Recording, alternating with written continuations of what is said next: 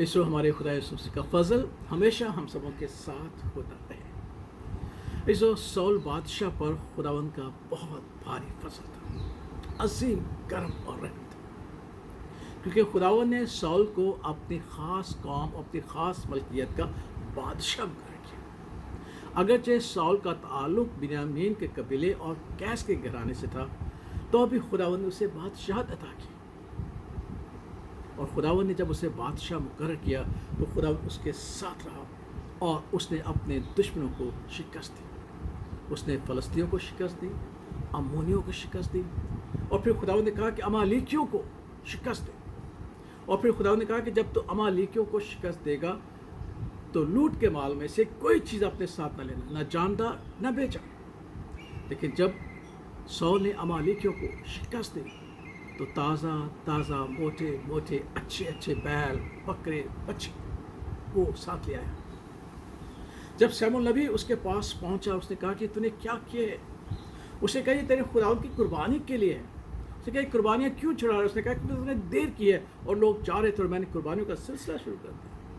तब शमूएल नबी ने कहा कि देख, खुदावंद के नज़दीक बात मानना और फरमाबरदारी ज़रूरी है, इससे कि तू उसे कुर्बानियाँ चढ़ाए और ज़बीह चढ़ाए।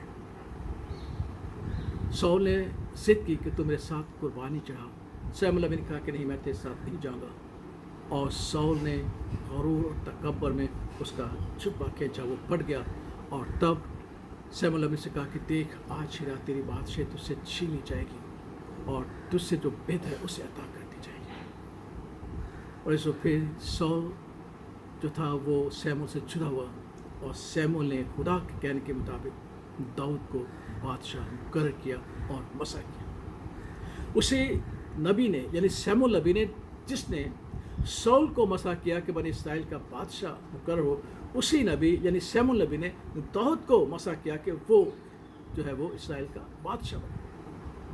और सौल इस बात को जानता था, सौल खुदावंद के इरादे को, खुदावंद की मर्ज़ी को जानता था, लेकिन उसने अपनी ज़िंदगी खुदावंद की मर्ज़ी के ताबे ना की, उसके इरादे के मुताबिक ताबे ना की, और उसने लायक तौर पर तौबा न की, बल्कि वो दाऊद का दुश्मन हुआ और उसे बारहा मारना चाहा, लेकिन खुदावंद उसे महफूज रखता रहा। फिर आखिर ऐसे खुदावंद ने जो वक्त उसे बख्शा था वो पूरा हुआ, और उसने बख्शे हुए वक्त में ना तो तौबा की और ना ही खुदावंद की मर्ज़ी को, खुदावंद के इरादे को जाना और अपने आप को उसके ताबे किया। तब वो दाऊद ही के फौजियों से लड़ता हुआ मारा गया, एक ही दिन वो और उसका बेटा। इस वाक़े से हम क्या सीखते हैं? हमारे लिए क्या दर्स है?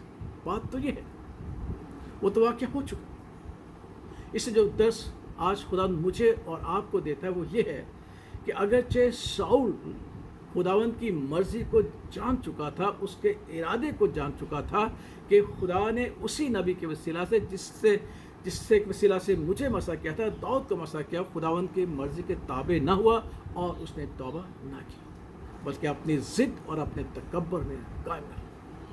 आज मैं और आप भी खुदा दिन रात इस दुआ को खुदावंद के हुज़ूर मांगते हैं, ए हमारे बाप, तू जो आसमान पर है, तेरा नाम पाक माना जाए, तेरी बादशाही आए और तेरी मर्ज़ी जैसे आसमान पर पूरी होती है ज़मीन पर भी पूरी। ये हमारी दुआ है।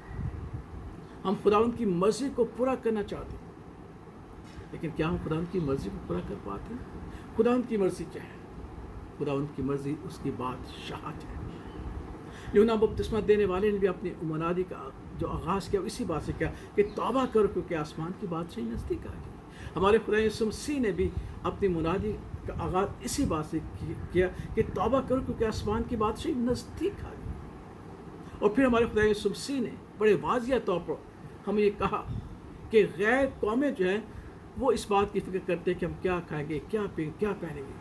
तुमने इस बात की फ़िक्र नहीं करनी, बल्कि तुमने उसकी बादशाही की तलाश करनी है, तो सारी चीज़ें तुम्हें मिलती जाएंगी। और फिर हमारे खुदा यीशु मसीह ने अपनी ज़मीनी ज़िंदगी में, अपनी सारी ज़मीनी ज़िंदगी में खुदा की बादशाहत का जिक्र किया और हमसे वादा किया है कि खुदावंद ने तुम्हें उस बादशाहत के लिए जो बनाए आलम से पहले तैयार की है, तुम्हें शरीक करना चाहता है, और उसने उसी बादशाहत के वसीला से हमें ये रुतबा बख्शा कि हम उसके हुजूर शाही काहिनों का फ़िरका, मुक़द्दस कौम, उसकी ख़ास मलकियत है।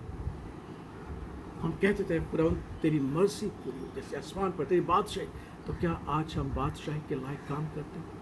क्या हम खुदावंद की बादशाही के लिए अपने आप को तैयार करते हैं? क्या हम खुदावंद की बादशाही की बशारत देते हैं? क्या हम खुदावंद की बादशाही की मुनादी करते हुए अपने आप को उसके ताबे करते हैं और लायक तौर पर तौबा करते हैं कि नहीं?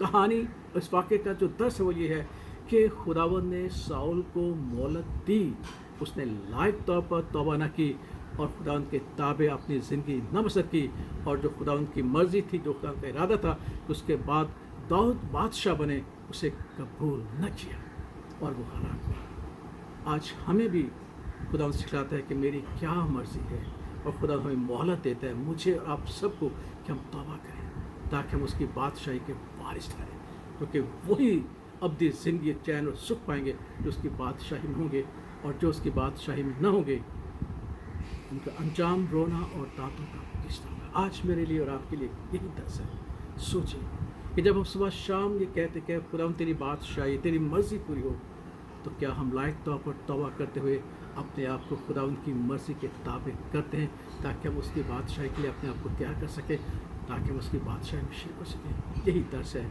इसी पर गौर कीजिएगा। खुदा बरकत और सलामती बख्शे। आमीन।